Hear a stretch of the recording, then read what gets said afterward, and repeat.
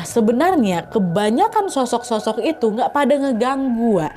Kecuali satu sosok berwarna hitam besar yang sering bikin ongnar. Ingat kan tadi di awal kali cerita waktu mereka pindah ke dalam rumah itu, mereka nengok telapak kaki kan, ukuran besar kali di ujung apa tuh, kan di ujung dinding kamar tuh. Itu rupanya telapak kaki sosok hitam besar nih, Wak. Dan menurut Pak Kisno, si sosok besar ini punya kemampuan bisa berubah wujud menyerupai siapapun yang dia mau. Jadi semua teror yang aku ceritakan dari awal tadi, mulai dari sosok perempuan rambut panjang warna merah di atas lemari yang ditengok si Zaza, sosok anak kecil yang di mimpinya Tante Cici, sosok nenek-nenek bungkuk di mimpinya Ira, dan sosok berwajah hancur yang nampakin Ira dekat kamar tuh, semuanya adalah jelmaan dari sosok hitam besar itu. Dia ngejelma ke sosok-sosok lain, bukan ngejelma jadi orang-orang rumah. Tapi kan bukan udah dipagarin sama Pak Dharma, Nadia. Nah Pak Kisno bilang, dulu setelah rumah kalian ini dipagarin sama Pak Dharma atau orang kenalan bapak itu,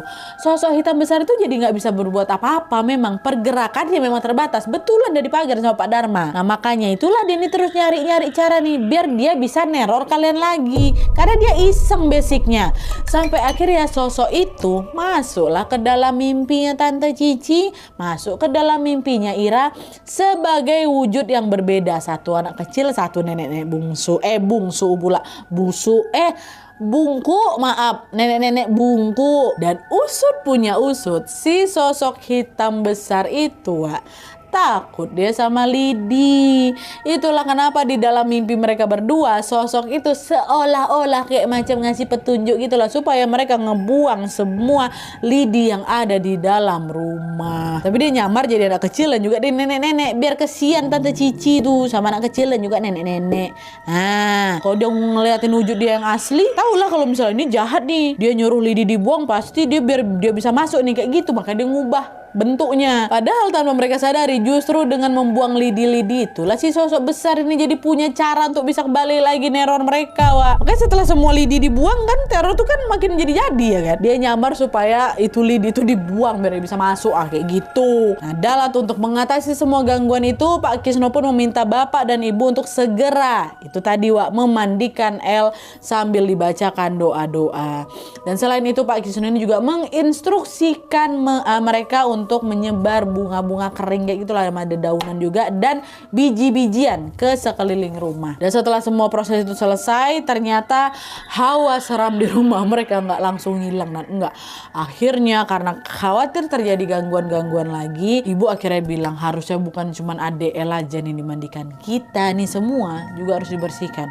Secepatnya kita datang aja lah itu yuk ke rumahnya Pak Kisno, biar Pak Kisno langsung yang memandu kita untuk dibersihkan gitu. Dah lah. Akhirnya seminggu kemudian beramai-ramai lah kami datang ke rumah Pak Kisno tuh. Sesampainya di sana Pak Kisno ternyata sudah menyiapkan ada sebaskom air warna kuning keruh pula tuh, dicampur sama macam daun-daun bunga-bunga kayak gitu lah, Wak. Dan mereka pun semua lalu disuruh untuk duduk. Pak Kisno disiram lah mereka satu persatu gitu. Disiram air kayak gitu aja. Nah pas air itu sudah mulai mengguyur di badannya Ira, ini kesaksiannya Ira ya. Aku ngerasa Nadia, macam ada yang lepas tuh loh, semua tubuh aku yang semula berat kali tiba-tiba kayak ringan, betul-betul kayak sedar, kayak ada yang lepas gitu. Dan setelah semua proses pembersihan ini selesai, mereka pun langsung kembali ke rumah lagi dan melanjutkan aktivitas seperti biasa. Nah untungnya setelah itu semua, Wak, segala gangguan di rumah mereka sudah mulai mereda dan sampai hari ini Ira serta keluarganya masih tinggal dengan nyaman di sana. Alhamdulillah. Oke, Wak, jadi itu tadi pengalaman horor yang dialami Ira dan juga keluarganya. Sebenarnya kata Ira, Wak, masih banyak lagi gangguan lain yang Ira dan juga keluarganya sering alami di sana. Mulai dari ada kemunculan sosok yang menyerupai adik Rio.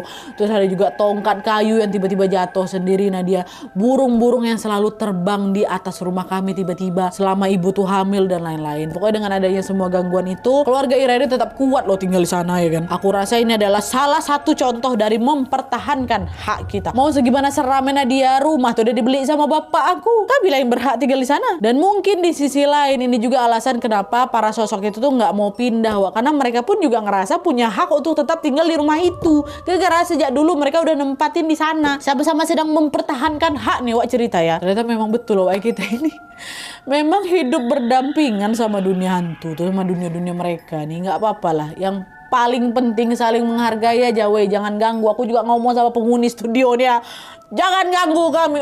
Makin kesini studio dia makin seram loh, Wak. Serius aja. Betul depan mata dia tuh bisa ngeganggu tuh. Tapi bukan yang penampakan-penampakan. Barang jatuh depan mata tiba-tiba. Barang hilang kemarin di sini nggak ada, tiba-tiba ada. Nah, suara-suara yang udah biasa. Ini pintu kamar mandi sering kali terbuka sendiri nih. Keran kamar mandi sering nyala sendiri deh. Tau kalian? Oke, aku juga ngomong sama kalian di sini ya. Hidup berdampingan aja.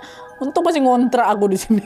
Oke, Wak, jadi itu tadi ceritanya Ira. Kalau misalnya kalian juga pengen berbagi kisah horornya, boleh langsung kirim aja ke email kisahhoror@gmail.com. Jangan lupa juga sertakan nomor WhatsApp sama Instagram kalian supaya nanti kami gampang hubungin kalian. Kalau misalnya kisah kalian di-up di video selanjutnya. Perlu diingat kalau mengirim kisah ke email kami, berarti siap kisahnya diangkat kapan saja. Ya, kami hubungi kalian kalau misalnya ada informasi yang agak kurang kami mengerti gitu, Wak. Sama tadilah minta dokumentasi asli. Enak, Wak, minta kayak gitu. Ira kasih. Walaupun gak boleh ditayangkan, sabar aja ya. Oke, jadi sekian dulu videonya. Terima kasih banyak yang sudah menonton. Kalau kalian suka video ini, klik like-nya.